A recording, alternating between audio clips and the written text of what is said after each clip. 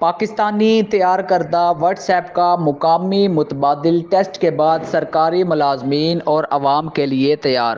وزارت I T اور اس کے متعلق محکموں کے سرکاری اہلکار پہلے سے ہی انٹرنل کمیونیکیشن کے لیے بیپ پاکستان کا استعمال کر رہے ہیں۔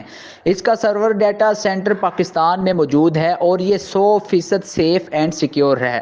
جس طرح چین وی چیٹ استعمال کرتا ہے اور امریکہ واٹس ایپ استعمال کرتا ہے، اسی طرح پاکستان بیپ پاکستان استعمال کرے گا۔ اس بیپ پاکستان کو بتدریج شروع کیا جائے گا۔ 45 دنوں کے اندر جو سرکاری ملازمین ہیں ان کا استعمال میں لے کے آیا جائے گا۔ اس کے بعد پھر جنرل پبلک اور دوسرے لوگوں کے لیے یہ بیپ پاکستان ایپ کو لانچ کر دیا جائے گا۔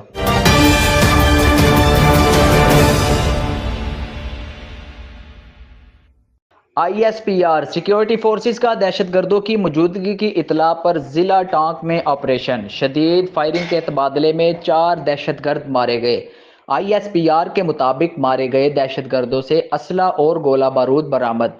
آئی ایس پی آر کے مطابق حالات دہشت گرد سیکیورٹی فورسز کے خلاف دہشت گردی کی متعدد کارروائیوں کے ساتھ ساتھ معصوم شہریوں کے اغوا اور ٹارگٹ کلنگ میں بھی سرگرم رہے۔